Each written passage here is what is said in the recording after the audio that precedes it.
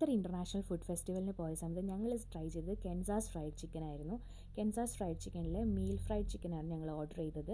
അപ്പോൾ അവിടെ ഞങ്ങൾക്ക് 4 പീസ് ബ്രോസ്റ്റഡ് ഫ്രൈ പ്ലസ് ഒരു ക്രഞ്ചി ഫ്രഞ്ച് ഫ്രൈസ് ആയിരുന്നു. അതിൻ്റെ കൂടെ ഒരു ടൊമാറ്റോ കെച്ചപ്പും ഉണ്ടായിരുന്നു. നല്ല ചൂടോടുകൂടിയുള്ള ചിക്കനായിരുന്നു. അതുകൊണ്ട് നല്ല ടേസ്റ്റ് ഉണ്ടായിരുന്നു കഴിക്കാൻ വേണ്ടിയിട്ട്. ഡിപ്പൊക്കെ ടൊമാറ്റോ കെച്ചപ്പൊക്കെ ഇട്ടിട്ട് നല്ല രസമുണ്ടായിരുന്നു കേട്ടോ കഴിക്കാൻ. പിന്നെ എനിക്ക് യൂഷ്വലി ഒരു ബ്രോസ്റ്റഡ് ചിക്കൻ്റെ ഫ്ലേവർ തന്നെയാണ് വന്നത്, ഒരു വെറൈറ്റി ആയിട്ടൊന്നും വന്നിട്ടില്ല. പിന്നെ ഞങ്ങളൊരു ചോക്ലേറ്റ് സ്ട്രോബെറി വാങ്ങിച്ചു. സ്ട്രോബെറി ബേബിക്ക് ഭയങ്കര ഇഷ്ടമാണ്. അപ്പോൾ ആ ചോക്ലേറ്റൊക്കെ ഒന്ന് റിമൂവ് ചെയ്ത് സ്ട്രോബെറി കൊടുത്താൽ ആളെ ഒന്ന് കുറച്ച് സെറ്റാക്കാമെന്ന് വിചാരിച്ച് വാങ്ങിച്ചതാണ്.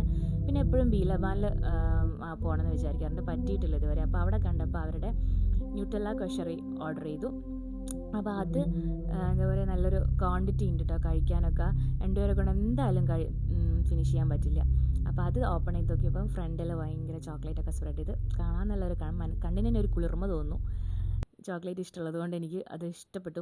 എനിക്ക് കഴിച്ച് നോക്കിയ സമയത്താണ് എൻ്റെ മോനെ ഒരു രക്ഷയില്ല. എനിക്ക് ഇഷ്ടപ്പെട്ടു. കാരണം ആ ഒരു ഫ്രണ്ട് ലെയർ മാത്രമാണ് നല്ലൊരു മധുരം പോലെ തോന്നുന്നത്.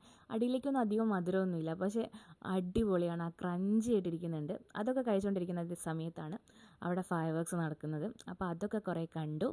എനിക്കിഷ്ടപ്പെട്ടു. കാരണം ഞാൻ ഖത്തറിൽ വന്നിട്ട് ഫസ്റ്റ് ടൈമാണ് ഒരു ഫയർ വർക്ക്സ് ഒക്കെ കാണുന്നത്. പിന്നെ എൻ്റെ ബേബി ലൈഫിൽ ആദ്യമായിട്ടാണ് ഒരു ഫയർ വർക്ക്സ് കാണുന്നതും.